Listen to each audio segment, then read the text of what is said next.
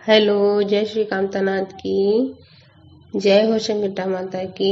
आप सभी का स्वागत है हमारे YouTube चैनल जय श्री कामतानाथ नर्सरी में। तो भक्तों, आज मैं आप सभी के लिए संगीता माता व्रत की विधि व व्रत की कथा सुनाने वाली हूँ। तो पूरा वीडियो देखने के लिए मेरे साथ जुड़े रहिए और अब हम सब मिलकर बोलेंगे संकटा माता की जय हो। भक्तों, जो संकटा माता व्रत की विधि है, यह व्रत प्रत्येक शुक्रवार को सबको अपनी सभी मनोकामनाओं को पूरा करने के लिए करना चाहिए। फिर प्रथम आरंभ जिस किसी भी शुभ दिन या शुभ मुहूर्त में करें। इस व्रत को करने का अधिकार स्त्री, पुरुष, बाल बच्चे सभी को है। सौभाग्यवती स्त्रियां अपने सौभाग्य वृद्धि एवं कन्याएं अपने इच्छित वर प्राप्ति, विवाह आदि समस्त शुभ कामनाओं के लिए अवश्य करें। छात्र छात्राएं विद्या प्राप्ति तथा परीक्षा में सफल होने के लिए निश्चित रूप से करें। सभी प्रकार के रोग शोक एवं समस्त आपत्तियों को दूर करने एवं धन प्राप्ति के लिए संकटा माता की व्रत कथा एवं पूजा पाठ सबको अवश्य करनी चाहिए। इसका फल अवश्यम भावी है। फिर प्रातः काल या सायंकाल स्नान आदि से निवृत्त होकर शुद्ध वस्त्र पहनकर कथा सुननी चाहिए। यदि संकटा माता का मंदिर अन्य कोई देव स्थान पास में हो तो ज्यादा अच्छा है, नहीं है तो घर पर ही एक पीढ़ा या चौकी पर जल पूर्व कलश एवं उनका चित्र लेकर उसे भी उस पर रख कर माता संकटा का धूप दीप पुष्पमाला आदि से आह्वान एवं पूजन कर शांत चित्त हो कथा श्रवण करनी चाहिए। भक्तों, फिर आपको माता का भोग क्या लगाना है तो सुनिए।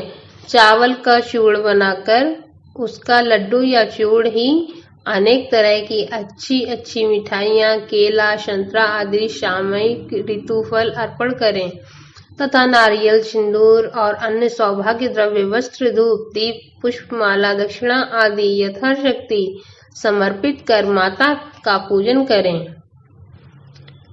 फिर 10 भुजाओं तथा 3 नेत्रों से सुशोभित गुणमयी लाल वर्ण वाली शुभांगी शीघ्र ही संकट नाशनी शुद्ध स्फटिक की माला, जलपूर्ण कलश, कमल पुष्प, शंख चक्र, गदा, त्रिशूल, डमरू तथा तलवार आदि से शोभायमान भगवती संकटा का मैं ध्यान करती हूँ। इसके बाद अब हम कथा का श्रवण करेंगे। तो एक बार फिर से बोलेंगे संकटा माता की जय। संकटा माता की कथा आरंभ हो रही है। तो चलिए भक्तों, अब हम कथा का श्रवण करेंगे माता संकटा का ध्यान करते हुए। एक समय की बात है, एक बुढ़िया थी और उस बुढ़िया का एक जवान बेटा था जिसका नाम था रामनाथ। वह जीविका के लिए परदेश चला गया। पुत्र के विदेश गमन के पश्चात उसकी बूढ़ी माँ बहुत ही चिंतित एवं दुखी रहा करती थी। उसकी चिंता का विशेष कारण यह था कि उसकी पुत्र वधू उसे प्रायः नित्य खरी खोटी बातें सुनाया करती थी। इसलिए बुढ़िया प्रतिदिन अत्यंत चिंतित और उदास भाव से घर के बाहर स्थित एक कुएं की जगह पर बैठकर आंसू बहाया करती थी। बुढ़िया का यह क्रम बराबर चलता रहा। एक दिन उस कुएं में से दिए की माँ नामक एक स्त्री निकली और उसने बुढ़िया से पूछा, ओ बुढ़िया माँ, तुम इस जगह और इस तरह से बैठकर नित्य प्रति क्यों रोती रहती हो? तुम्हें किस बात का कष्ट है? तुम अपना दुख मुझसे बताओ और मैं तुम्हारे दुख को दूर करने का प्रयत्न करूंगी। फिर बुढ़िया माँ ने उस स्त्री से ऐसे प्रश्न सुनकर भी उसका कोई जवाब न दिया। उसी तरह बैठकर रोती रही। दिए की माँ द्वारा बार बार एक ही प्रश्न दोहराए जाने से वह बुढ़िया झुंझुला उठी। फिर उस बुढ़िया ने दिए की माँ से कहा, तुम मुझसे बारंबार ऐसा क्यों पूछ रही हो? क्या सचमुच ही तुम मेरा दुख जान लेने के पश्चात उसे दूर कर सकोगी? फिर बुढ़िया की बात सुनकर दिए की माँ ने उसे उत्तर दिया, मैं अवश्य तुम्हारे कष्टों को दूर करने का प्रयत्न करूंगी। बुढ़िया ने दिए की माँ का ऐसा आश्वासन पाकर कहा, मेरा बेटा कमाने के विचार से परदेश चला गया। उसकी अनुपस्थिति के कारण मेरी बहू मुझे हमेशा बुरा भला कहकर कोसती रहती है और मेरे दुख का यही एकमात्र कारण है। फिर बुढ़िया की बात सुनकर दिए की माँ ने उससे पूछा, यहाँ के वन में संकटा माता रहती हैं, तुम अपना दुख उन्हें सुनाकर कष्ट से छुटकारा पाने के लिए विनती करो। वे बहुत ही दयालु हैं, उन्हें दुखियों से बहुत अधिक सहानुभूति है। वे निसंतानों को संतानवान और निर्धनों को धनवान और निर्बलों को बलवान और अभागों को भाग्यवान बनाती हैं। उनकी कृपा से सौभाग्यवती स्त्रियों को सौभाग्य अखंड हो जाता है। वह कुमारी कन्याओं को उन्हें अपने इच्छित वर की प्राप्ति हो जाती है। रोगी अपने रोग से मुक्त हो जाता है और इसके अतिरिक्त और भी जो मनोकामना हो उन सभी को पूरा करती हैं। इसमें कोई संदेह नहीं है। दिए की माँ से ऐसी विलक्षण बात सुनकर बुढ़िया संकटा जी के पास गई और उनके चरणों पर गिरकर साष्टांग दंडवत करके विलाप करने लगी। फिर संकटा जी ने दराद्र होकर बुढ़िया से पूछा, बुढ़िया माँ, तुम किस दुख के कारण बराबर रोती रहती हो? फिर बुढ़िया ने कहा, हे माता, आप तो सब कुछ जानने वाली हैं, आपसे कुछ भी छिपा नहीं है। आप मेरे दुख को दूर कर दें तो मैं अपनी करुणा गाथा आपको सुनाऊं। उसकी बात सुनकर संकटा जी ने कहा, तुम पहले मुझे अपना दुख तो बताओ, दुखियों का दूर करना ही मेरा काम है। फिर संकटा जी के ऐसा कहने पर बुढ़िया ने कहा, मेरा लड़का परदेश चला गया है। उसके घर में न रहने से मेरी बहू मुझे तरह तरह की बातें सुनाया करती है। उसकी बातें सहन करने के योग्य नहीं होती हूँ मैं। इसी कष्ट के कारण मैं विवश होकर बराबर रोया करती हूँ। फिर बुढ़िया की इस दर्द भरी गाथा को सुनकर माता संकटा ने कहा, तुम घर जाकर मेरे लिए मनौती मान लो कि हे संकटा माता, यदि मेरा लड़का सकुशल घर वापस आ जाएगा तो मैं आपकी पूजा करूंगी और सुहागिन स्त्रियों को आमंत्रित करके उन्हें भोजन कराऊंगी। फिर संकटा माता के कथानुसार उस बुढ़िया ने घर आकर लड्डू बनाए, परंतु विचित्र बात यह थी कि जब बुढ़िया 7 लड्डू बनाती तो 7 की जगह 8 लड्डू बन जाते। इस बात से बुढ़िया बहुत ही असमंजस में पड़ गई कि ऐसा होने का क्या कारण है। कहीं मेरी गलती से गिनती करने में भूल तो नहीं हो रही है, अथवा अपने आप 8 लड्डू बन जाने का कोई अन्य कारण है। इसी समय वृद्धा स्त्री के वेश में माता संकटा प्रकट हुई और बुढ़िया से कहा, क्यों बुढ़िया, आज तुम्हारे यहाँ कोई उत्सव है क्या? यह सुनकर बुढ़िया ने कहा, हाँ, आज मैंने संकटा माता के लिए सुहागिन खिलाने का आमंत्रण दिया है, किंतु जब गिनकर 7 लड्डू बनाती हूँ तो वे लड्डू अपने आप ही 8 बन जाते हैं। मैं इसी बात से बहुत चिंता में पड़ी हूँ। फिर बुढ़िया की बात सुनकर संकटा जी ने कहा, क्या तुमने किसी बुढ़िया स्त्री को भी निमंत्रित किया है? बुढ़िया कहने लगी, नहीं, मैंने ऐसा तो नहीं किया, परंतु तुम कौन हो? फिर उन्होंने कहा कि तुम कौन हो? संकटा जी ने कहा, मैं बुढ़िया हूँ, मुझे ही तुम आमंत्रित कर दो। ऐसा सुनकर बुढ़िया उस संकटा रूपधारी बुढ़िया को भोजन के लिए निमंत्रित कर देती है। फिर इसके बाद बुढ़िया के घर पर सभी आमंत्रित सुहागिनें आ गईं और बुढ़िया ने सबको लड्डू तथा मिठाई आदि का भोजन कराया। इससे माता संकटा जी की कृपा से उस रमानाथ के मन में अपनी माता एवं पत्नी से मिलने की प्रबल इच्छा उत्पन्न हो गई। सुहागिनों के भोजन करते ही उस बुढ़िया का लड़का परदेश से अपने घर आ गया। लड़के के आने की सूचना बुढ़िया को दी गई, लेकिन बुढ़िया अपने काम में लगी रही। उसने कहा, लड़के को बैठने दो, मैं सुहागिनें जिमा कर आती हूँ। फिर लड़के की बहू ने पति आगमन का समाचार पाकर पति स्वागत वहां से तुरंत प्रस्थान कर दिया। लड़के ने अपनी बहू को देखकर मन में विचार किया कि मेरी पत्नी को मेरे प्रति कितना प्रेम है, जो खबर पाते ही मुझसे मिलने के लिए चली आई। परंतु मेरी माता को मुझ पर जरा भी संदेह नहीं है, क्योंकि वो खबर पाकर भी माता ने आने की बात न सोची।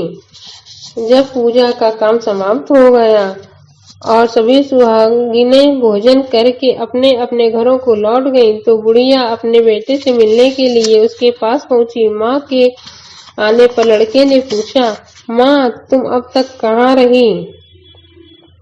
माँ ने उत्तर दिया, बेटा तुम्हारी सकुशलता के लिए ही मैंने संकटा माता से मानी थी और उसी को पूरा करने के लिए सुहागिनें जिमा रही थी। संकटा माता की कृपा से लड़के का मन अपनी स्त्री से हट गया और उसने माँ से कहा, माँ या तो मैं ही रहूंगा या यही रहेगी। बुढ़िया ने कहा, बेटा तुम्हें तो मैंने बड़ी कठिन तपस्या से पाया है, इसलिए तुम्हें मैं कैसे छोड़ सकती हूँ। तुम्हारे लिए चाहे बहू का भी त्याग करना पड़े तो मैं कर सकती हूँ। अतः लड़के ने अपनी स्त्री को घर से निकाल दिया। बहू घर से निकलकर बाहर आई और बहुत ही दुखी हुई। मन में एक पीपल के पेड़ पर चढ़कर बैठ गई और वहीं रोने लगी। उसी समय एक राजा उधर से जा रहा था। उसको रोते देखकर राजा ने पूछा, तुम क्यों रो रही हो? उसने अपनी सारी बात राजा से बताई। फिर राजा ने कहा, आज से तुम मेरी धर्म बहन हो, इसलिए तुम रो मत और पेड़ से नीचे उतर आओ। मैं तुम्हारे सभी कष्टों को दूर करने का यथासंभव प्रयत्न करूंगा।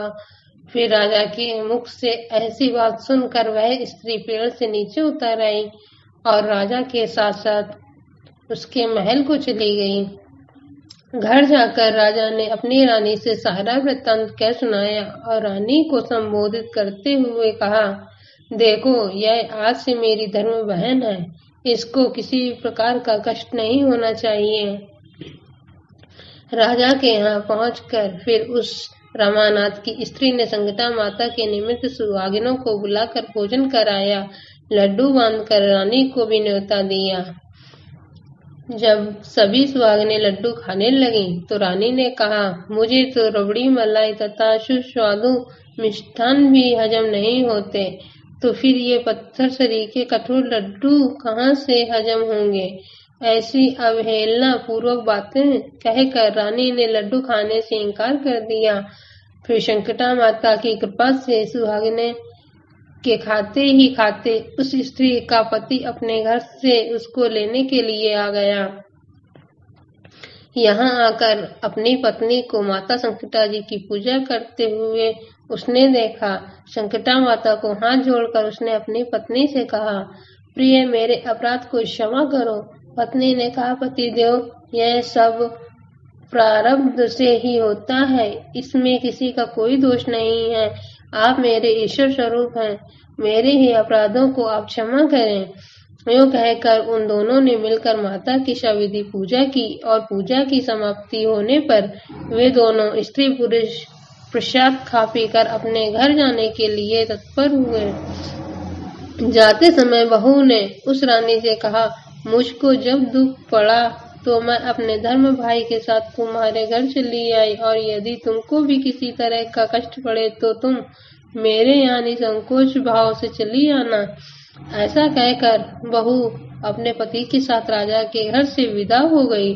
फिर संकटा माता का निरादर करने के कारण रानी पर संकटा माता का कोप हो गया और बहू के जाने के बाद ही उसका सारा राज्य तहस नहस हो गया। ऐसी विपत्ति में पड़कर रानी ने राजा से कहा, ना मालूम वह तुम्हारी धर्म बहन कैसी थी कि उसके यहाँ से जाते ही यहाँ का सब कुछ नष्ट हो गया है। राजा ने रानी से कहा, वह जाते समय कह गई थी कि मेरे ऊपर कष्ट पड़ने से मैं तुम्हारे यहाँ आई, और कदाचित तुम्हारे ऊपर से जब कोई कष्ट आ पड़े तो तुम मेरे घर चली आना, इसमें जरा भी संकोच न करना। इसलिए अब हम लोगों को उनके यहाँ ही चलना चाहिए। ऐसा निश्चय करके राजा रानी दोनों ही अपनी धर्म बहन के घर गए। वहां जाकर रानी ने कहा, बहन, तुम्हारे हमारे यहाँ ऐसा क्या कर दिया था कि तुम्हारे आते ही हमारी सारी संपत्ति नष्ट हो गई और हम लोग बहुत ही परेशानी में पड़ गए हैं। रानी की ऐसी बात सुनकर उसने कहा, बहन, मैं तो कुछ नहीं जानती, मेरी करता धरता तो सब कुछ संकटा माता ही है, उनके अतिरिक्त और कोई दूसरा नहीं है। इसलिए मेरी राय से तुम भी संकटा माता से अपनी भूलों के लिए क्षमा याचना करो। उन्हीं की मान मनौती से तुम्हारा सारा काम बन जाएगा और तुम्हारा बिगड़ा हुआ दिन सुधर जाएगा। उसके कथा अनुसार रानी ने श्रद्धा भक्ति से संकटा माता का व्रत किया और सुहागिनों को जिमाया तथा अनजान में हुए अपनी भूल के लिए संकटा माता से बारंबार क्षमा मांगी। रानी के ऐसा करते ही संकटा माता प्रसन्न हो गईं और रात में रानी को स्वप्न दिया कि तुम दोनों कल सुबह अपने घर को चले जाओ, वहां जाकर मेरी पूजा और व्रत तथा मेरे निमित्त सुहागनों को जिमाना। ऐसा करने से तुम्हारा गया हुआ सारा राजपाट तुम्हें फिर से वापस मिल जाएगा। सुबह होते ही राजा रानी अपने घर को चले आए। घर आकर स्वप्न के अनुसार सब काम किए। ऐसा करने से उनका बिगड़ा हुआ दिन सुधर गया और सारा राजपाट मिल गया। वे लोग पहले की ही तरह राज्य का सुख भोगने लगे। संकटा माता के इन भक्तों की कथा को जो सुनेगा या सुनाएगा और नित्य प्रति जो उनकी पूजा पाठ तथा व्रत आदि करेगा, उसे किसी प्रकार का कष्ट नहीं उठाना होगा। उसकी सारी इच्छा निश्चित रूप से पूरी होंगी, इसमें किसी भी प्रकार का संदेह नहीं है। संत शरण को शिवन हूँ, शिव दत्त मिश्र सुनाम, देवरिया मंडल बसू, धाम मजौली ग्राम। तो चरण में नाई श्री विनय करो कर जोर, सफल करो मन कामना, करो कृपा मोर। 1969 सन है संवत 2025, 26 माघ मास तिथि पूर्णिमा, कथा कहूँ अब की। बोलिए संकटा माता की जय।